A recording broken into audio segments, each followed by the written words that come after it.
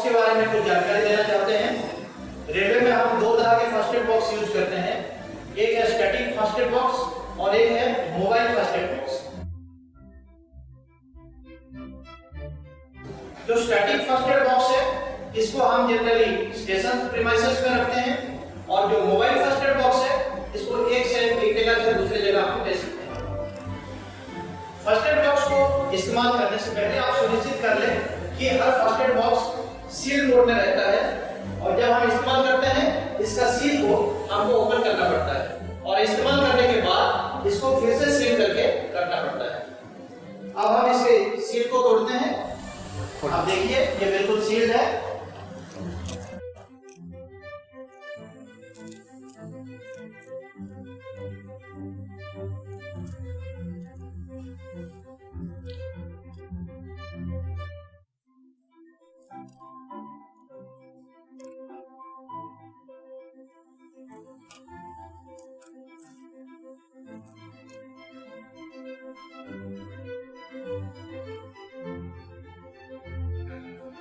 हम अपना first aid box का सील खोल चुके हैं। हमारा अगला काम है इसको ओपन करना है। खोलने के बाद आप जैसे देख सकते हैं कि बॉक्स के यहाँ पर एक लिस्ट ऑफ कंटेंट्स का एक लिस्ट लगा हुआ है और एक लैमिनेटेड कॉपी भी है। ये सेम लिस्ट है जो लैमिनेशन में है और ये भी वही लिस्ट है और यही आइटम्स हमारे फर्स्ट एड बॉक्स के अंदर सजाया गया है।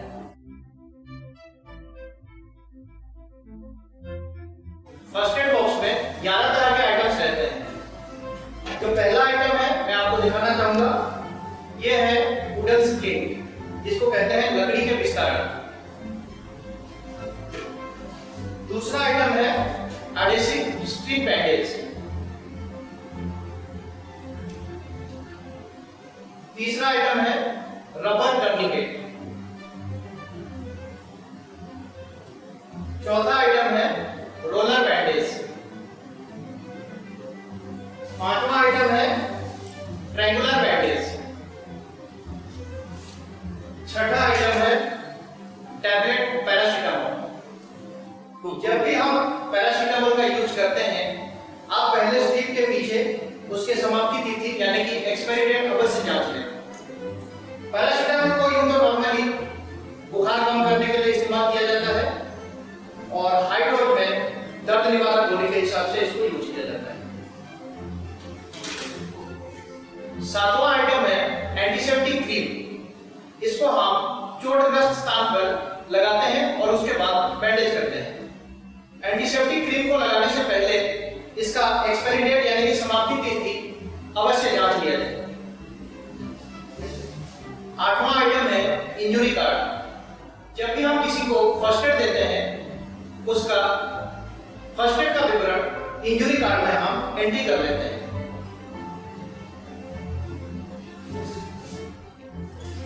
नौवां आइटम है सेफ्टी पिन। सेफ्टी पिन का प्रयोग ट्रायंगुलर बैंडेज लगाते समय किया जाता है। 10वां आइटम है डायजेपाम। डायजेपाम का इस्तेमाल करने से पहले इसकी समाप्ति तिथि अवश्य जांच लिया जाए। ये एक नार्कोटिक ड्रग है। टैबलेट डायजेपाम का इस्तेमाल बहुत कम ही होता है।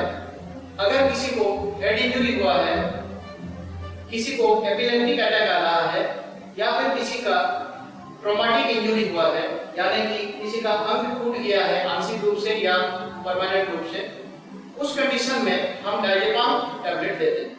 11वां आइटम है कॉटन वूल। इसको भी यूज करने से पहले समाप्ति तिथि अवश्य जांच लें। कॉटन वूल को छोटी जगह पर इस्तेमाल किया जाता है। फर्स्ट एड बॉक्स में रहने वाले सामग्रियों के लिस्ट को हम देख चुके हैं। अब इसको प्रयोग करने का विधि सीखेंगे। उससे पहले मैं एक एक कर सारे सामग्रियों को बाहर निकाल लेता हूं।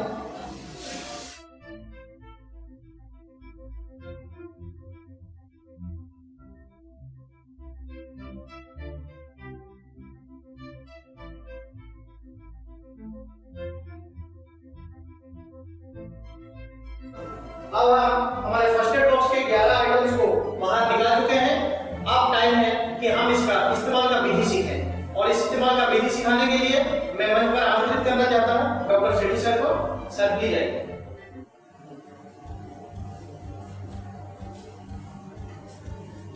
मैं डॉक्टर प्रतिभा सखी रोड डिवीजन के हॉस्पिटल में असिस्टेंट डिविजनल मेडिकल ऑफिसर हूँ। अभी आपको फर्स्ट एड बॉक्स की 11 आइटम के बारे में जानकारी मिल चुका है। तो आइए अभी हम देखेंगे कौन सा सिचुएशन में हम कौन सा आइटम इस्तेमाल करेंगे और कैसे इस्तेमाल करेंगे, इस बारे में अभी हम एक एक करके एक आइटम के बारे में अभी हम जानकारी लेंगे। सबसे पहले वुडन स्प्लिंट हम लोग इस्तेमाल करते हैं कहीं पर अगर किसी का इंजरी हो गया है, फ्रैक्चर हो गया है, तो इस जगह पर हम उसको स्टेबलाइजेशन देने के लिए, उनको हाथ पैर ज्यादा मूवमेंट नहीं होने के लिए यूज किया जाता है। और अब हम आगे देखेंगे इसको हम कैसे यूज किए। वुडन स्प्लिंट अलग अलग लंबाई के 6 लकड़ियों का एक सेट होता है और आपने जरूरत के हिसाब से जहां पे जिस लंबाई का लकड़ी का जरूरत हो हम उसको इस्तेमाल करते हैं। आइए देखते हैं हम इसको कैसे इस्तेमाल करते हैं। अगर किसी के हड्डी में फ्रैक्चर है तो हमारा पहला काम होता है कि उसका उस अंग को इमोबिलाइज कर दिया जाए। उसके लिए हम वुडन स्प्लिंट का यूज करते हैं। अगर कोई छोटा हड्डी टूटा है तो हम कम लंबाई का वुडन स्प्लिंट को यूज करते हैं, और अगर बड़ा हड्डी जैसे कि जांघ की हड्डी और हाथ का हड्डी अगर टूटा है तो लंबा वाला वुडन स्प्लिंट को यूज करते हैं। मैं आपको डेमो करके दिखा रहा हूं कि अगर ये वाला हड्डी टूटा हुआ है तो हम इसको कैसे इमोबिलाइज करेंगे। जहां से हड्डी को टूटी हुई है उसके नीचे वुडन प्लेट को लगाना है, फिर एक रोलर बैंडेज लेना है। रोलर बैंडेज को खोलने के लिए हमेशा इस तरफ से खोलना चाहिए। वुडन स्प्लिंट के सहारे इस अंग के चारों ओर रोलर बैंडेज को घुमा घुमा कर बांधना, जिससे ये वाला हिस्सा और हिलेगा नहीं।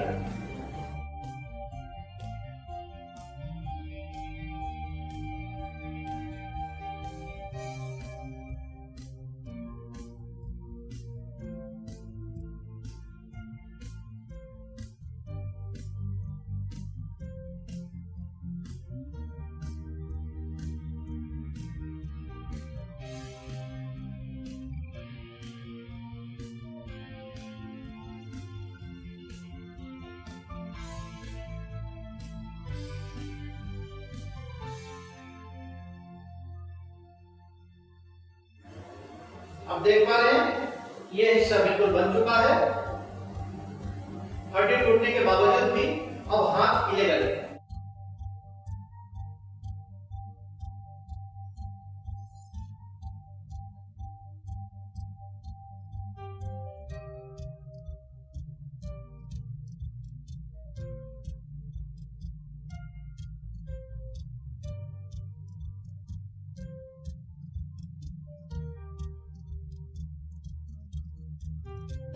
अभी आपने देखा कि छोटे हड्डी टूटने की स्थिति में हम कैसे बांधते हैं, और एग्जैक्टली बड़ा हड्डी अगर टूटा है तो बड़ा वाला लकड़ी का पट्टी लेके उसको सपोर्ट देके हम बांध सकते हैं। नेक्स्ट आइटम है ट्रायंगुलर बैंडेज। ट्रायंगुलर बैंडेज हम इस्तेमाल करेंगे सपोर्ट के लिए। किसी का फ्रैक्चर हो गया है, वुडन स्प्लिंट देने के बाद हाथ को सपोर्ट देने के लिए ट्रायंगुलर बैंड इस्तेमाल किया जा सकता है। दूसरे कंडीशन जैसे कि कहीं पर ब्लीडिंग हो रहा है, सर में ब्लीडिंग है, चेस्ट में ब्लीडिंग है, उस कंडीशन में भी हम ट्रायंगुलर बैंडेज को यूज कर सकते हैं। पहले पैकेट से निकाल के ट्रायंगुलर बैंडेज को खोलना पड़ता है।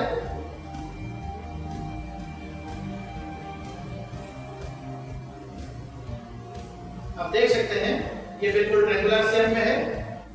इस ट्रायंगुलर बैंडेज को बांधने से पहले पेशेंट का जो टूटा हुआ हाथ है उसको दूसरे हाथ से सपोर्ट दिला दीजिए। अब इसको हम खोलेंगे। जो लंबा वाला हिस्सा है उसको इस तरह से कंधे के ऊपर रखना है, और जो नीचे का हिस्सा है, निचला हिस्से को टूटे हुए हाथ को सपोर्ट देते हुए पीछे से घुमा के ले आइए, और ये जो पहला हिस्सा है और दूसरा हिस्सा दोनों को मिला के यहाँ पे ये नट लगाना है। गांठ लग जाने के बाद हाथ को सपोर्ट देने के लिए ये वाला हिस्सा को हम ऐसे एडजस्ट करेंगे। हमारे फर्स्ट एड बॉक्स में एक आइटम है जिसको हम सेफ्टी पिन कहते हैं। इस सेफ्टी पिन से एक सेफ्टी पिन निकालकर हम यहां पर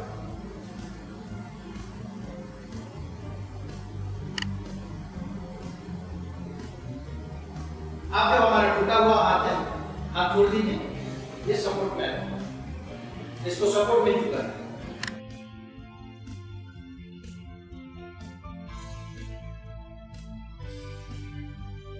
इसके अलावा इसी ट्रायंगुलर बैंडेज को हम हेड इंजरी में ब्लीडिंग रोकने के लिए भी इस्तेमाल कर सकते हैं। आइए देखते हैं कि अगर फोरहेड में ब्लीडिंग हो रहा है तो हम ट्रायंगुलर बैंडेज से इस ब्लीडिंग को कैसे रोक सकते हैं। इसके लिए पहले आपको एक रोलर बैंडेज लेना है। रोलर बैंडेज का इस्तेमाल करते हुए ब्लीडिंग को रोकने के लिए हम पहले एक पैड बनाएंगे, जैसे कि आप देख पा रहे हैं। थोड़ा मोटा कर लीजिए और इसको यहां से हम फाड़ देते हैं। फाड़ने के बाद सपोज यहां से ब्लीडिंग हो रही है तो इस पैड को यहां पे हम लगाते हैं और लगाने के बाद हम ट्रायंगुलर बैंडेज को लेंगे।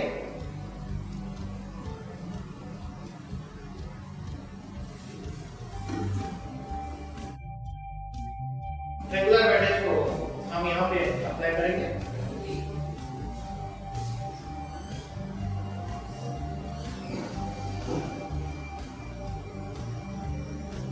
प्रेशर लगाते हुए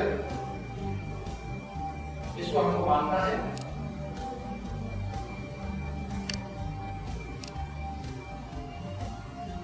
प्रेशर अगर नहीं देंगे तो ब्लीडिंग बिल्कुल नहीं रुकेगी। जैसे कि आप देख पा रहे हैं फोरहेड में हम बैंडेज कर चुके हैं।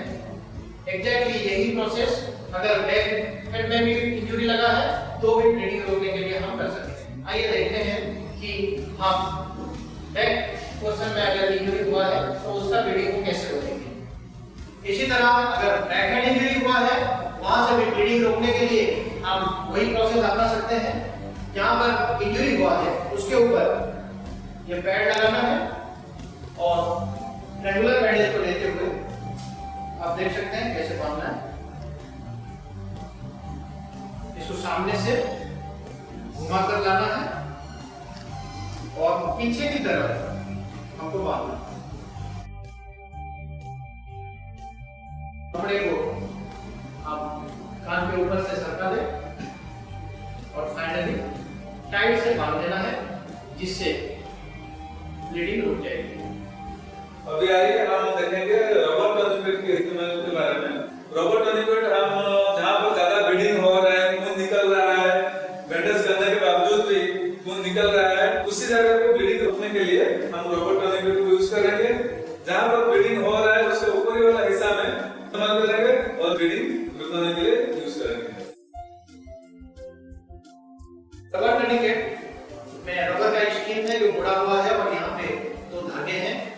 पहले इसको खोलना है।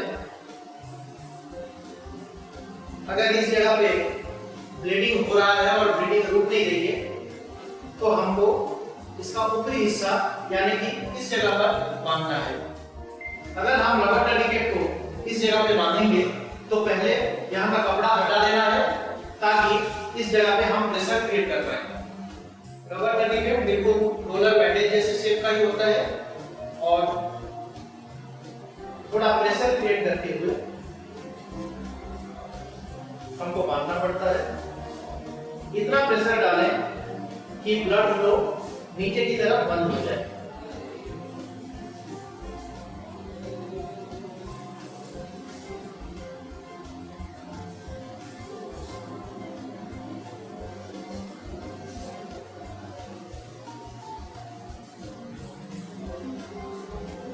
घुमाने के बाद उसको फिक्स करने के लिए यहाँ पे जो दो धागे हैं इसका इस्तेमाल करते हुए यहाँ पे हम बांध देंगे ताकि रबर टर्निकेट इस जगह पर फिक्स हो जाए।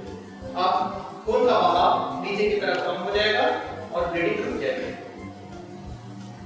रबर टर्निकेट को बांधने के बाद भी आप ये बिल्कुल ना समझें कि ये परमानेंट सॉल्यूशन हो गया। हॉस्पिटल जाने तक नियमित व्यवधान में नीचे वाला अंग को ब्लड सप्लाई कराने के लिए इसको खोलते रहना चाहिए और फिर से बांधना चाहिए। अब आइए हम देखते हैं स्टेराइड एडेसिव स्ट्रिप का कैसे हम इस्तेमाल करेंगे। यूजुअली हम इसको इस्तेमाल कर सकते हैं जहाँ पर कभी थोड़ा सा फरस आ गया है, जहाँ पर थोड़ा सा कट गया है, वहीं पर थोड़ा सा ब्लीडिंग आ रहा है और छोटा छोटा इंजरी के लिए हम इसको यूज किया करते हैं। और अगर छोटा मोटा घाव हुआ है तो पहले एक कॉटन स्वैब लीजिए। कॉटन से इस जगह को अच्छे तरह से साफ कर लीजिए। साफ करने के उपरांत हम स्टेराइड एडेसिव टिप यहाँ पे लगा सकते हैं। लगाने से पहले इसका समाप्ति तिथि अवश्य जांच लें। जांचने के बाद इसको खोलना है। खोलने का विधि आप बिल्कुल ध्यान से देखिए। इसका जो एडेसिव टिप है ये स्टेराइड है। अगर हमारा हाथ गंदा है तो वो गंदा हो सकता है। इसको धीरे से खोलना है। खोलने के बाद देखिए इसके अंदर एक स्ट्रिप निकलेगा जिस पर 2 विंग्स हैं। इस विंग्स को खोलिए। इसके अंदर का जो पैड है इसमें दवाई लगा हुआ है। अगर आप इस पर अपना उंगली चलाएंगे तो ये नॉन स्टेराइड हो जाएगा। धीरे से आप इसका छिलका निकाल लीजिए और इस तरह से पकड़ के रखिए इसको ताकि ये नॉन स्टेराइड ना हो। अभी ये स्टेराइड एडेसिव स्ट्रिप ड्रेसिंग है। अगर यहाँ पे आपका इंजरी हुआ है धीरे से इसको यहाँ पे अप्लाई कर दीजिए। दोनों तरफ खींच दीजिए। अब आप ड्रेसिंग खोल सकते हैं। अब आप देखेंगे कोविड आयोडीन आप कौन सा कंडीशन में यूज कर सकते हैं।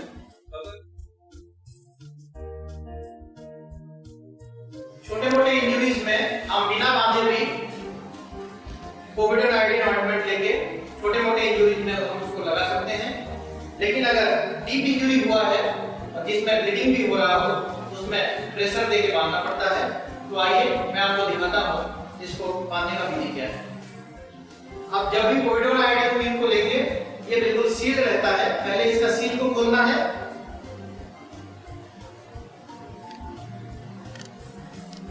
हम इसका सील को खोल चुके हैं।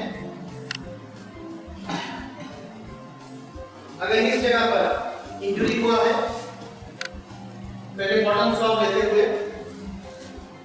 इंजरी जगह को अच्छे तरह से साफ कर लें ताकि धूल मिट्टी या इन्फेक्शन का कोई भी चीज हो वो निकल जाएगा। निकालने के बाद रोलर बैंडेज लेते हुए हम एक पैड बनाएंगे। ये हमारा पैड बन चुका है। इस पैड पर आप कोविड आयोडीन ऑइंटमेंट को लगा लें और जहां पर चोट लगा हुआ है वहां पे हम इसको लगा दें। फिर और एक रोलर बैंडेज लेते हुए इस जगह पर हम प्रेशर क्रिएट करेंगे ताकि इन्फेक्शन को रोकने के साथ साथ हम ब्लीडिंग को भी रोक सकते हैं। आप देख सकते हैं हम इस जगह को बांध चुके हैं। बांधना बहुत आसान है। अंत में आप इसको अपने हाथ से काट सकते हैं। हाथ में काटने के बाद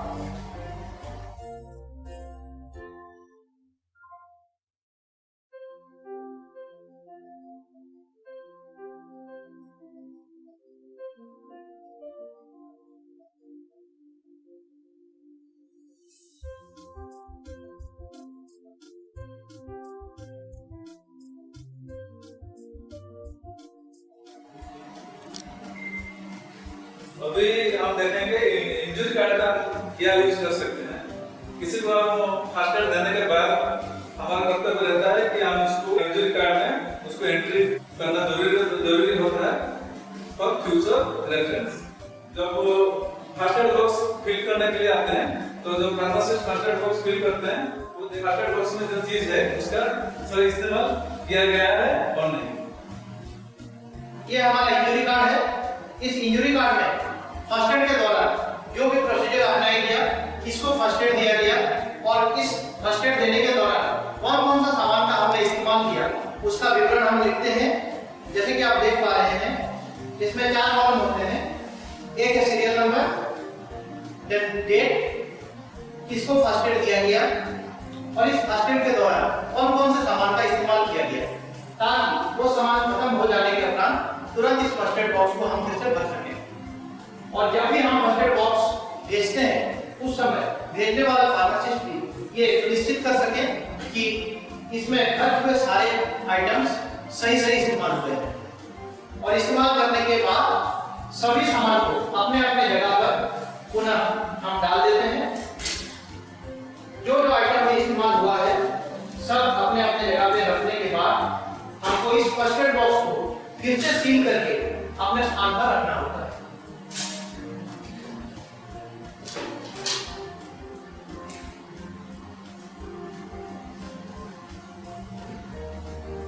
ये हम अपना सारा सामान अंदर फिर से डाल देते हैं। डालने के बाद इसको बंद करेंगे। अब हम इसको फिर से सील करेंगे और सील करके रखेंगे।